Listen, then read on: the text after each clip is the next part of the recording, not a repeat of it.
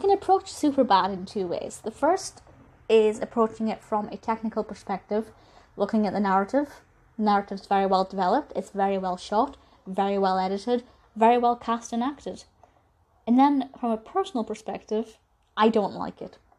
And that's because I don't like this kind of juvenile, I guess kind of chauvinistic attitude from these young boys, these high school seniors.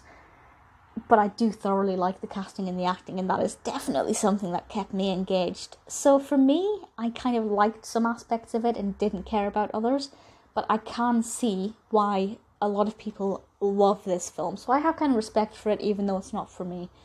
It was released in 2007, directed by Greg Mottola and written by Seth Rogen and Evan Goldberg. And the cast, as I said, is great. Among others, we have Jonah Hill, Michael Cera, Christopher Mintz-Plasse, Seth Rogen, Emma Stone, Joe Trulio. The list goes on. There are so many other names there that are just jumping out at me. Some of them I've seen in, a few films. Some of them, their work I know quite well. And across the board, really brilliant casting. Everybody fits their roles, particularly, of course, the main lot. Personal favourite, Clark Duke actually plays a character called Party Teenager. Yeah, in the early days of his acting, I guess. But the film itself, the narrative is kind of what doesn't work for me. But I really enjoyed the characters of the boys and the way how they were all different and the way they interacted in different environments. So the description from IMDb explains it better than I can, and this is: two codependent high school seniors are forced to deal with separation anxiety after their plan to stage a booze-soaked party goes awry.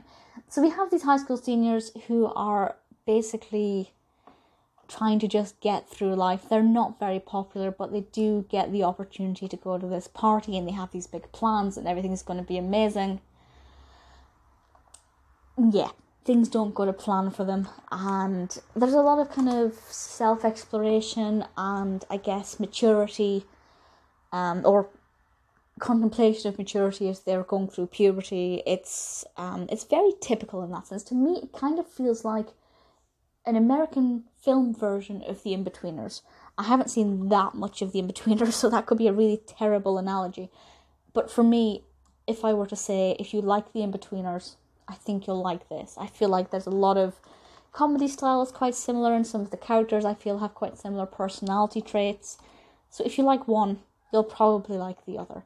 It's absolutely not a bad film. It is just the case that it is not my kind of narrative at all. I did, though, thoroughly enjoy the characters. I really liked watching their development. That sounded creepy. But I just didn't get on board with the narrative. But the narrative that is presented does develop well. I feel like the pacing is good, even though I wasn't emotionally invested in what was happening and didn't really care about the outcome. I never felt like it was really slow or not going anywhere. So absolute credit where credit is due. It's a well done film, just not one for me.